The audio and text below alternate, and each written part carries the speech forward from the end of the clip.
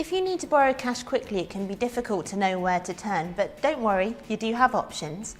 The temptation can be to take out a payday loan or to go over your overdraft limit, but that's really not a good idea.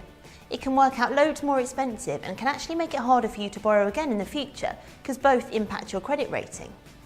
Instead, if you need the money to pay a bill, it's worth speaking to the company. If you're in a sticky situation, they should help you work out an arrangement that means you can have a little bit longer to pay and you shouldn't pay too much more in interest. They have to listen to you, so it's definitely worth a shot.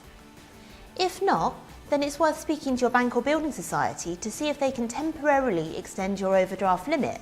That way you shouldn't be charged any unauthorised overdraft fees and it can work out a lot cheaper. You'll just need to make sure that you pay it back within a certain period. Another option is to actually look at getting a credit card.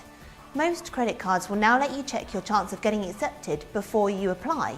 So that gives you a relatively low risk way of exploring your options without actually committing to anything until you know you stand a really good chance of getting the money you need. If perhaps that's not an option you want to consider, then looking at an unsecured loan or even a guaranteed loan are worth looking at. That can be better if you need a bit of a larger amount of money and want to pay it back in fixed instalments over a number of months. Just make sure you shop around to get the cheapest rate possible so you're not paying for any more than you need to. Finally, something worth considering is speaking to friends and family. If you're really pushed and desperately need the money, that can be worth the ask. Just make sure that you treat it like a business arrangement. Make sure that you set out on paper exactly what you've agreed, offer to pay them interest and let them know exactly when you'll repay them, so there's no chance for hard feelings to ever occur. But the best thing to do is really think about what you need the money for, and see if there's any way that you can get around it.